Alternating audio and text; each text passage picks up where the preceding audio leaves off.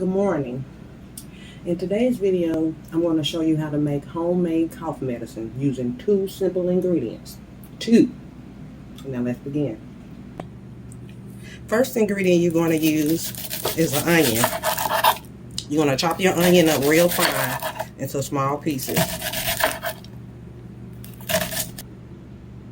Once you get your onions all cut up small, then you're going to take some sugar and you're going to coat the top of your onions with sugar. Just like that. Take a spoon, kind of mix them in good so all the onion will be coated.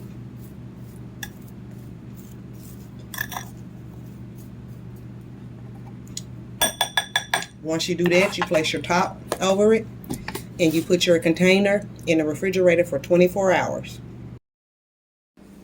Alright, after your ingredients sit in the refrigerator for 24 hours, you're going to take it out and you're going to put it in a cheesecloth, as I have it here, and you're going to drain the juice out of it.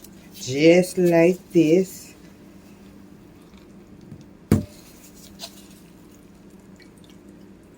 Squeeze those onions real good, because that's your medicine. Onions have a lot of healing properties to them. You should look it up. So once you squeeze, get all the juices out,